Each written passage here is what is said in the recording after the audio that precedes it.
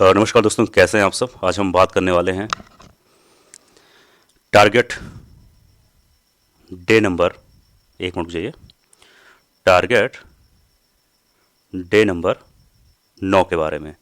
अब आप लोग ये देखिए दोस्तों, देखते देखते आज 9वां दिन हो चुका है और आप सभी को पता है कि ये टारगेट वीडियो जो है ARO एग्ज़ाम के लिए यानी कि समीक्षा अधिकारी के लिए है।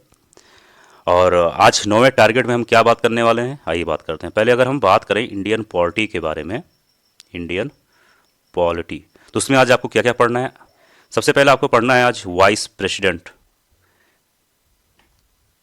वाइस प्रेसिडेंट, वाइस प्रेसिडेंट में क्या पढ़ना है, देखो सबसे महत्वपूर्ण चीज़ है जो ARO यूपी PCS जैसे एग्जाम पूछा था। पहली चीज़ आप इसके आर्टिकल्स जानो, ठीक है, आर्टिकल्स पार्ट, ठीक है, और इसका वाइस प्रेसिडेंट और प्रेसिडेंट में इसका अंतर जान लो, ठीक है, कौन कौन से पावर्स इसके अंदर है, कौन कौन से पावर वाइस प्रेसिडेंट के अंदर है। इसका जो चेयरमैन होता है ये कहाँ से इलेक्टेड होता है, क्या प्रोसीजर होता है, क्या एज होता है, रिटायरमेंट एज क्या होता है, ये सब बेसिक बेसिक चीज़ें जो आपको जानना चाहिए। ठीक, पॉइंट नंबर 2 में आज हम बात करेंगे प्राइम मिनिस्टर के बारे में। प्राइम मिनिस्टर ये तो इतना इंपॉर्टेंट है कि मुझे नहीं लगता इससे इंपॉर्टेंट कुछ ज़्यादा और कोई लीडर होगा। आप सभी को पता है कि इंडिया में प्राइम मिनिस्टर पोस्ट जो होती है काफ़ी ज़्यादा इंपॉर्टेंट होती है। ठीक है, अगर देखा जाए तो प्रेसिडेंट से भी ज़्यादा सवाल जो है प्राइम मिनिस्टर से ही आते हैं। ठीक, तो ये चीज़ थोड़ा ध्यान देना, आपको प्राइम मिनिस्टर पढ़ना है और वाइस प्रेसिडेंट पढ़ना है। साथ ही साथ एक चैप्टर और आपको पढ़ना है, सेंट्रल काउंसिल ऑफ मिनिस्टर। ठीक है, क्या पढ़ना है, सेंट्रल काउंसिल ऑफ मिनिस्टर। अब ये इंग्लिश में बोल रहा हूँ भाई साहब, आप लोग को हिंदी ARO है, हिंदी का ही एग्जाम होता है मुझे पता है, लेकिन देखो हिंदी में मैं अगर बोलूँगा, ठीक है, तो इंग्लिश वालों को थोड़ा मतलब क्या कहते हैं उसको, इंग्लिश उसको ट्रांसलेट करने में हो सकता है कोई तकलीफ हो। ठीक है, अगर मैं इंग्लिश में बोलूँगा तो हिंदी वाले उसे आराम से हिंदी में ट्रांसलेट कर लेंगे, इंग्लिश वाले हिंदी कर लेंगे आराम से। ठीक है, और हिंदी में एकदम बोल दूंगा तो हो सकता है थोड़ा दिक्कत हो, लेकिन खैर इससे कोई मतलब नहीं है, क्योंकि आजकल हिंदी इंग्लिश तैयारी कुछ भी हो, सब लोग को दोनों लैंग्वेज अच्छे से मालूम होता है। और आप ऑफिसर बनने जा रहे हैं तो आपको हिंदी इंग्लिश मालूम ही होना चाहिए। अगर आप इंग्लिश मीडियम के तो हिंदी पता होना चाहिए, हिंदी है तो इंग्लिश पता होना चाहिए। ये सब बेसिक चीज़ें हैं, ठीक है, ये सब बहुत छोटी चीज़ें हैं, तो इस पर ज़्यादा ध्यान मत देना। आज हम बात क्या करेंगे, सेंटर काउंसिल, एक मिनट मुझे इसको सही से लिख देते हैं, सेंटर काउंसिल ऑफ मिनिस्टर के बारे में।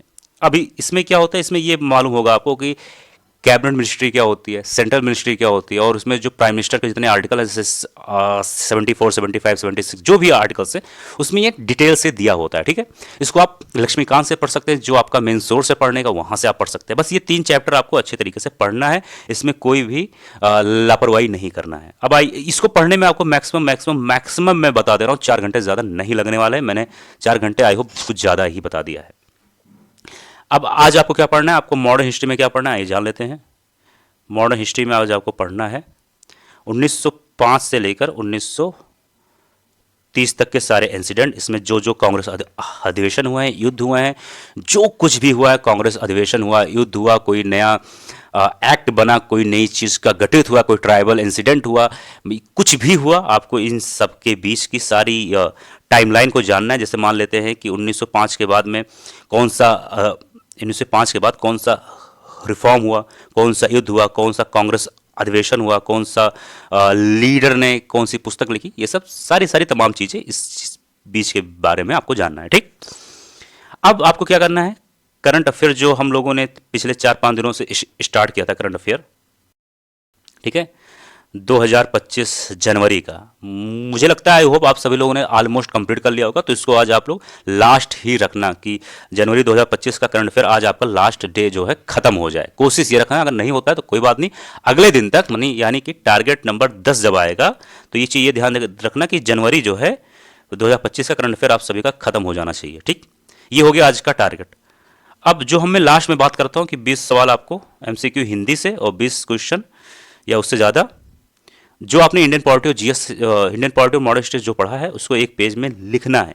ठीक है, जैसे कि एक पेज आपको यहाँ, एक पेज यहाँ, इसमें हिंदी और इसमें पॉलिटी प्लस हिस्ट्री का 20 क्वेश्चन ऐसे ऐसे लिखना है, 1 लाइनर। ऐसे सवाल जो रिपीट होते हैं अक्सर, ऐसे सवाल जो इंपॉर्टेंट है, ऐसे सवाल जो आप अक्सर भूल जाते हैं लेकिन इंपॉर्टेंट है, इसको लिखना है और खाली समय जब भी आपके पास रहे, यानी कि जब आप कुछ भी ना करते हो, खाना बनाते हो, दोस्त के साथ हो, घूमते टहलते हो, चाय पीते हो, कॉफ़ी पीते हो, उस वक्त आपको इसको बढ़िया से तैयार करना है, रिवीजन करना है। इसमें कोई आपको एक्स्ट्रा टाइम नहीं देना है कि जैसे 1 घंटे 2 घंटे, ऐसा कुछ नहीं देना है।